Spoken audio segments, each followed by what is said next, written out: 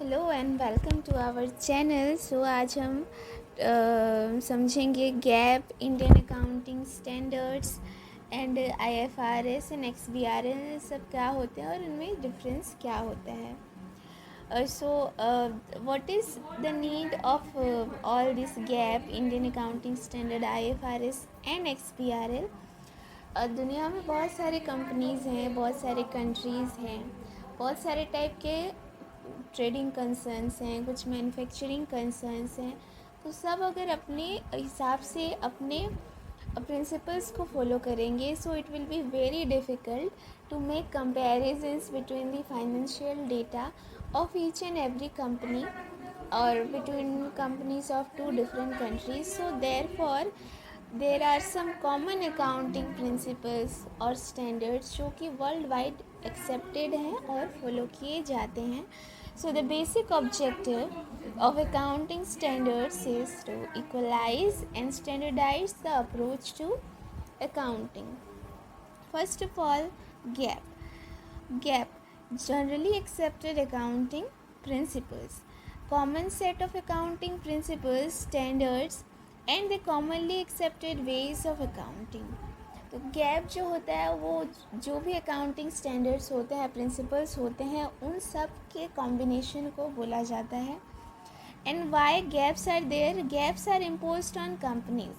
Gaps, all the companies need to complete their financial statements and all types of financial data in accordance with the GAAPs, और that is required because different companies are there and investors are required to check their consistency and their level of consistency and whatever is their profit or anything.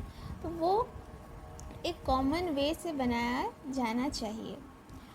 Then Indian accounting standards governed by the Institute of Chartered Accountants of India, ICAI. Indian accounting standards, अब GAAP में ये सब आते हैं. Indian accounting standards, IFRS and XBRL, including international accounting standards, जिसे हम सिर्फ accounting standards भी बोलते हैं. इंडियन अकाउंटिंग स्टैंडर्ड्स को गवर्न करता है आईसीएआई, मतलब उसमें जो भी प्रिंसिपल्स नए इंट्रोड्यूस होते हैं या फिर अपडेट होते हैं, that is govern by ICAI. It is adopted by companies in India. Indian accounting standards is compulsory for all the companies in India. It is issued by ASB. ASB is a committee under ICAI. And what does ASB stands for? ASB stands for Accounting Standards Board. So there are currently 41 Indian accounting standards. Then come to International Accounting Standards. International Accounting Standards is issued by IASC, International Accounting Standards Committee. तो international accounting standards के जो भी updation होते हैं या फिर उसके जो भी गवर्नेंस होते हैं वो किया जाता है आईएएससी के थ्रू. आईएएससी बना था 1973 में and IASC is presently known as IASB.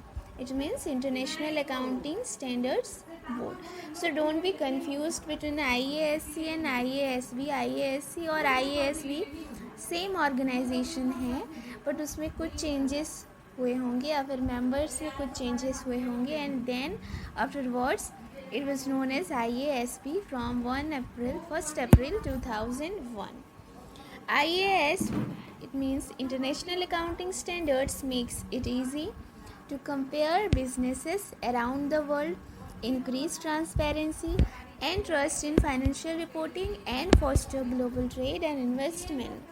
तो जैसे इंडियन अकाउंटिंग स्टैंडर्ड्स हैं हमारे कंपनी के लिए, उसी तरह दूसरे कंपनीज में भी उनके अपने अकाउंटिंग स्टैंडर्ड्स होंगे, बट कुछ अकाउंटिंग प्रिंसिपल्स और स्टैंडर्ड्स होते हैं जो all over the world follow होने चाहिए, and those are known as the International Accounting Standards. Then come to International Financial Reporting Standards, IFRS. So issued by IASB. When it was IASC, it was known as International Accounting Standards. And then IASB was formed, means IASC से ये थोड़ा revolutionise होके IASB जब form हुआ तब उसने जो rules निकाले, जो अकाउंटिंग स्टैंडर्ड्स डेवलप किया, that were known as IFRS, international financial reporting standards. IFRS, तो IFRS जानते हैं क्या? IFRS में IAS है, मतलब कि इंटरनेशनल अकाउंटिंग स्टैंडर्ड्स तो उसमें है ही, इंक्लूडिंग IFRS, मतलब कि कुछ न्यू सेट ऑफ रूल्स हैं, plus SICS, standing interpretation committee standards. तो SIC जो है एक तो, ये भी एक तो ऑर्गेनाइजेशन है। तो जिस तरह IAS को इंक्लूड किया गया है उस तरह SIC को भी इंक्लूड किया गया है।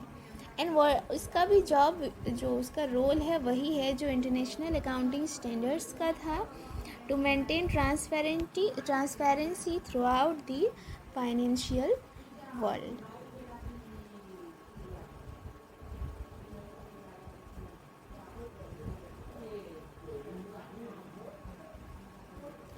Then come to XBRL.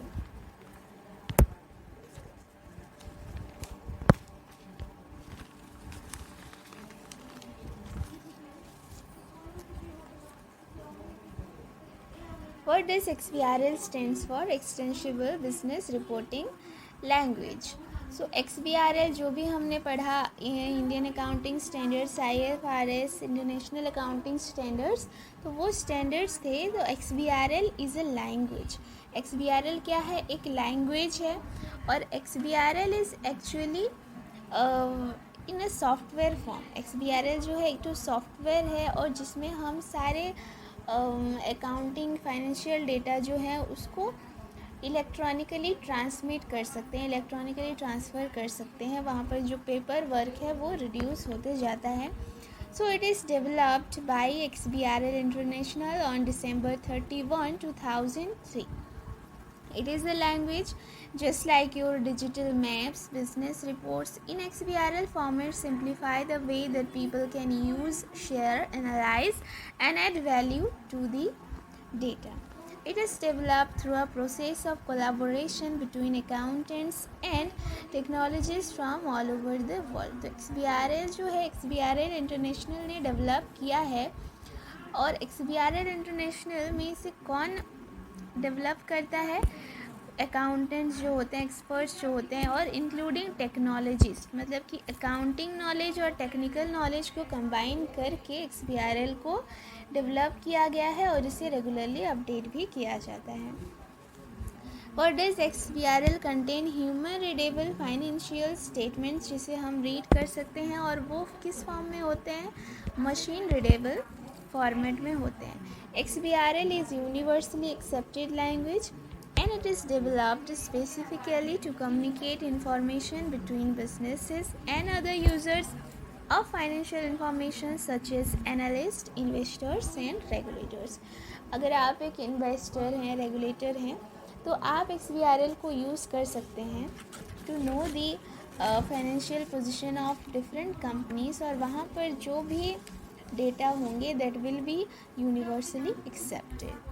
So XBRL, IAS, ये बहुत ही ब्रॉड टॉपिक है। इनमें बहुत सारी चीज़ें हैं, जैसे कि किसने डेवलप किया था, उसकी हिस्ट्री क्या है, उसके एडवांटेजेस डिसएडवांटेजेस क्या हैं, उसमें क्या क्या इंक्लूडेड हैं। So there will be very long video. So to know detail about all these things, please visit our channel. Thank you.